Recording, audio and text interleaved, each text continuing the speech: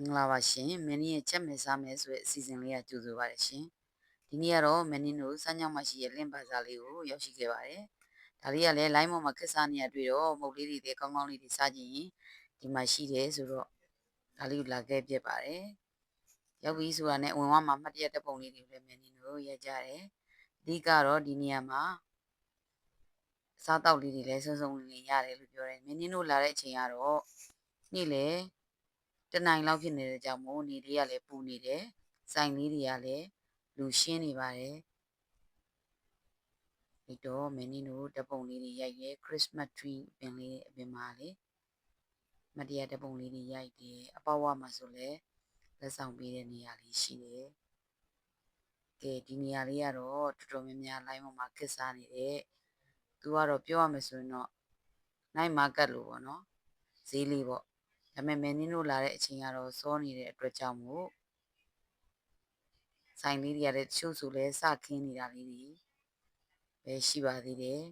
စုံစုံလင်လင်လည်းမရှိသေးပါဘူးပေါ့နော်ကိုကအချိန်ကတော့အတိအကျတော့မသိဘူးပေါ့အဲကြောင့်မို့ဒီဘက်မှာလည်းဈေးလေးလည်းဝယ်ကြလေးရှိနေမင်းတို့လာလိုက်တာဖြစ်ပါတယ်ကဲသူ့တွေဝင်လိုက်ပြီဆိုတာနဲ့ပုံစံလေးကတော့တစ်ပင်လေးတွေနဲ့ဆိုတော့အိုးအဝေးကမြင်လိုက်တဲ့ခါမြင်ကွင်းလေးကတော်တော်လေးကိုလှပါတယ်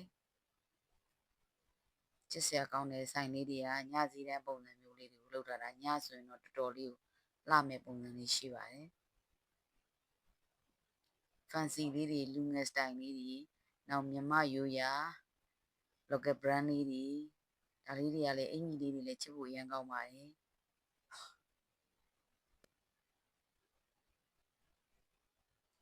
ရန်ကုန်မြို့မှာဒီမြင်းဒီကုန်းဆိုရင်ဒီနေရာချက်ချကြတဲ့နေရာလေးတွေတစ်ခုဖြစ်ပါတော့ကဲမင်းတို့စားကျင်တဲ့ဆိုင်လေးတွေကိုလည်းမင်းလိုက်ကြည့်ရမင်းကတော့တကယ်တမ်းကျတော့ဒီရောက်ရင်ပြည်လက်ရထမင်းတုပ်လေးကိုစားမယ်ဆိုပြီးတော့ဆိုင်လေးလေးလိုက်ရှာတာပေါ့နော်ပြီးတော့ဗာလေးတွေလည်းရှိတယ်ပတ်ကြည့်တာအလဲလိုက်မှလေခုံကြီးအများကြီးပဲထိုးထားတယ်ညနေဆောင်ဆိုလို့ရှိရင်တော်တော်လှမဲ့နေရတယ်ဒီနေရာလေးကမင်းထင်တော့အခုကတော့နေရာတနိုင်ဆိုတော်တော်ပူနေတဲ့အချိန်ဖြစ်နေတော့လေအလဲမှတပိရိတ်ကြီးရှိရတာအရိတ်လေးကရှိနေသေးတယ်အရိတ်လေးကကြာနေသေးတော့ထိုင်တဲ့လူတွေထိုင်လို့အဆင်ပြေနေသေးတယ်ဒါပေမဲ့ညတို့ညနေ9နိုင်လောက်နဲ့ညပိုင်းလောက်ဆိုရင်တော့တော်တော်လေးကိုစီစီကကလေးနဲ့လှမယ်တင်တယ်ကျိုးဆိုရဲဆိုင်လေးတွေကိုခုမှစားခင်တာပေါ့နော်ဒီသားအတွက်အစားစားလေးတွေလည်းရှိပါတယ်ဒီမှာ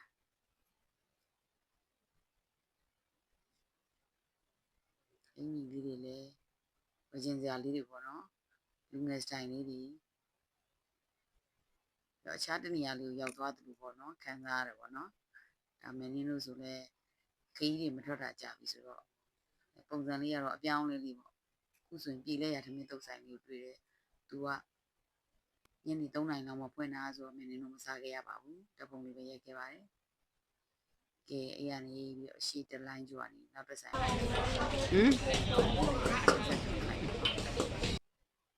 ဒီအထောင်းဆိုင်ကြီးကတော်တော်လေးကိုစုံတယ်လက်တယ်နော်စားကျင်စရာလေးဆိုတော့အင်းကပင်လေစားတယ်မဟုတ်ဆိုရင်ရေပွဲကိုရမ်းကြိုက်ပါတယ်ရေပွဲတွေ့တော့မင်းအိဆိုင်မင်းတို့ရွေးချက်ဖြစ်သွားပါတယ်ဒီနေရာလေးမှာတကယ်တမ်းကျတော့အလဲမှာတော်တော်လေးထိုင်နေပါတယ်နေဘူးတဲ့အတွက်ကြောင့်မင်းတို့ဆိုင်ထဲကိုပဲဝင်ထိုင်လိုက်ရတာပါစားတော့ဆိုင်လေးတော်တော်ဆုံးနေတကယ်ချင်းကတော့လိုက်ပြီးတော့ကြည်နေပါစားရင်ကောင်းမလဲပေါ့မင်းကတော့ရေပွဲတုတ်ထောင်းလေးပေါ့နော်ရေပွဲထောင်းလေးမှာလိုက်ပါတယ်6000ပဲပေးရပါတယ်သမင်းပြူလေးနဲ့မင်းတွဲစားပါမယ်အဲ့လိုချင်ဆက်ထိုင်းစတိုင်လေးတွေမင်းအရင်ကြိုက်တယ်ဒါပေမဲ့နည်းနည်းကြီးလာတော့အဆက်ကလေးရှော့စားတယ်ပေါ့နော်ဟိုတမော်တီတောင်းလိုဟာမျိုးလေးပေါ့နော်အဲ့လိုမျိုးလေးရတာလေးကတော့မင်းကြိုက်ပါတယ်တငယ်ချင်းကဟိုဘက်ဆိုင်ကရခိုင်မုတ်တီတုပ်ကိုမလိုက်ပါတယ်သူ့လက်တပွဲကိုအများကြီးပါပါတယ်3500ပါပဲကြော်နဲ့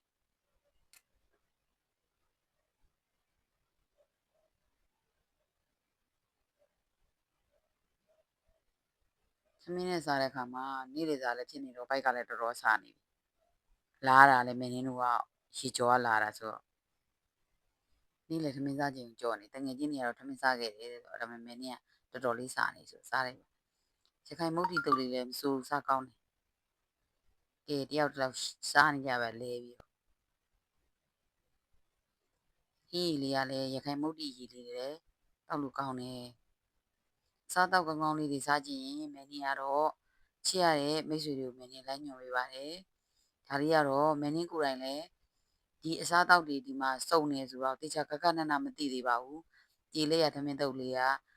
သူ့သမင်းတုပ်လေးရှိတယ်ဆိုလို့ကမင်းကြီးဒါလေးကိုလာစားမယ်ဆိုရည်ရွယ်ချက်နဲ့လာတာဒီရောက်တော့ဒါလေးတွေစားပြသွားတယ်ပေါ့နော်စားပြသွားတော့မင်းကြီးကြိုက်တဲ့ဆိုင်လေးဆိုတော့ကြိုက်တယ်နောက်ဈေးနှုန်းလေးကလည်းတင့်တယ်ဆိုတော့အရင်အဆင်ပြေတယ်ခုချိန်မှာလေဒါတပွဲ6000ဆိုတော့အဆင်ပြေတာပေါ့နော်ကဲဟိုဘက်မှာလည်းတပွဲမင်းကြီးတို့ကကကြီးကိုင်းမှာထားပါတယ်ကဲခုဆိုရင်အနံ့လေးလည်းမှုတော့မလာရှမ်းကောကိုစက်သားနဲ့တပွဲထပ်မှလိုက်ပါတယ်အားလုံးကို KP နဲ့မစားမယ်ဆိုလဲ KP နဲ့ကုန်စားလို့ရတယ်ဒီဆိုင်များနေလေအဲ့တော့အဆင်ပြေတာပေါ့နော်စကားတွေပြောလိုက်ကြစားလိုက်ကြပါမင်းကြီးတို့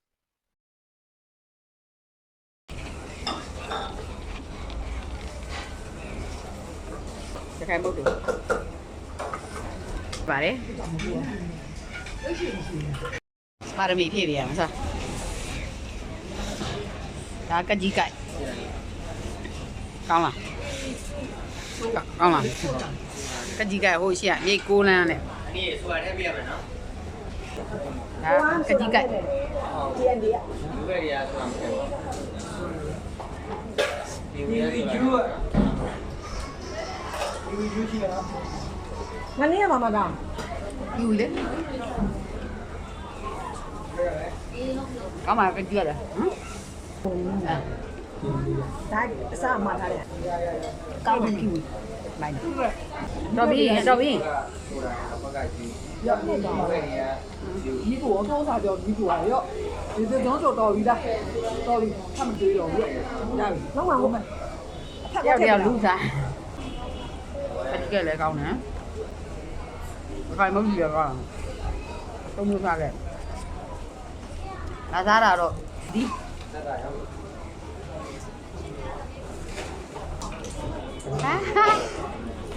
သူမလာချင်ကောမယူတော့ဆိုရတယ်ကနန်းကျော်လက်ထက်ချောစားတာပေါ့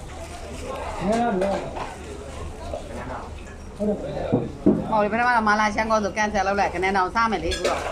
လက်ဆောင်ပေးရဆိုစားမှာပေါ့ညလူတွေတောင်းနေမင်းသားဆိုတော့အခုကန်ဆယ်လုပ်လိုက်တာကိုသူကမကြားလိုက်လို့ချက်ဆွဲပါပြီဟုတ်မှာချောင်းကန်ဆယ်လိုက်တယ်ဩအဲ့ဒါကဆွဲပါဗျာမမနှစ်ခုလုံးယူတော့လို့တော့ဘာရစားရတော့မတောင်းမလိုက်တော့မလာချမ်းလို့ဒါထက်တာပြီးရင်ကြိုက်တဲ့အရင်မမထက်မင်းတက်ကြနိုင်မကြနိုင်ဘူးလားတော့ပြီးဆက်လုံးဝပါပါလိမ့်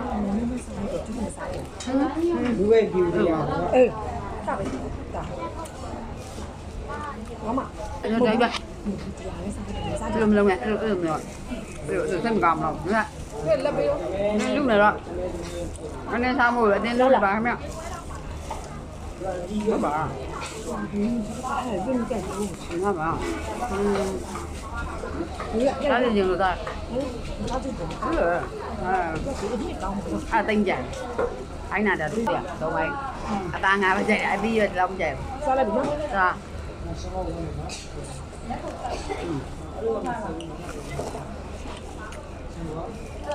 เอามา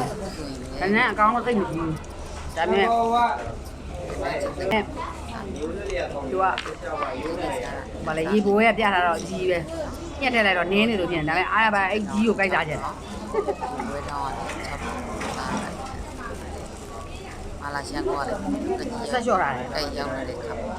စားနိုင်လို့သူကလည်းမလိုအပ်တဲ့ပြန်တယ်ဒါပေမဲ့သူကနန်းထောင်းမှလက်ချနားရမင်းနဲ့ဆိုင်ဆက်လျှော့မကြိုးပဲကောင်းဘမကြီးရတာတစ်ခါလည်းဖြတ်သွားဖို့ရှိပါတယ်နောက်တစ်ခါစားဖို့နေတဲ့ဆိုင်တော့ကောင်းမိုက်တပြီးတော့ဆက်ပါအဲ့တော့ပရက်ကလေးတွေမှာပဲဖြစ်ဖြစ်ကလေးတွေကြောင်းပိတ်တဲ့ခုလိုအချိန်လေးမှာပဲဖြစ်ဖြစ်မုတ်ကလေးတွေကောင်းကောင်းလေးတွေသွားစားမယ်ဆိုရင်ဒီလိုမျိုးနိုင်မှာကက်ကလေးမှာသွားစားလို့ရပါတယ်လို့မင်းကြီးကဒါလေးကို blog လေးမုတ်ဆိုင်နဲ့ရိုက်ခဲ့ပြီးပါတယ်မင်းရဲ့ YouTube channel လေးကိုလည်း subscribe လေးမလုပ်ရသေးရင် subscribe လေးလုပ်ပြီးတောင်းဆိုပါတယ်နောက်ထပ်လည်းအစီအစဉ်လေးတွေချက်မဲ့စားမဲ့လေးတွေလည်းမင်းနဲ့ဇက်တိုက်လေးတွေရိုက်ပေးဖို့အစီအစဉ်လေးတွေရှိပါတယ်เนาะမင်းရဲ့ YouTube channel လေးကိုပြီးဆုံးအောင်ကြည့်ပေးတဲ့အတွက်ကြောင့်မို့မင်းကအားလုံးကျေးဇူးတင်ပါတယ်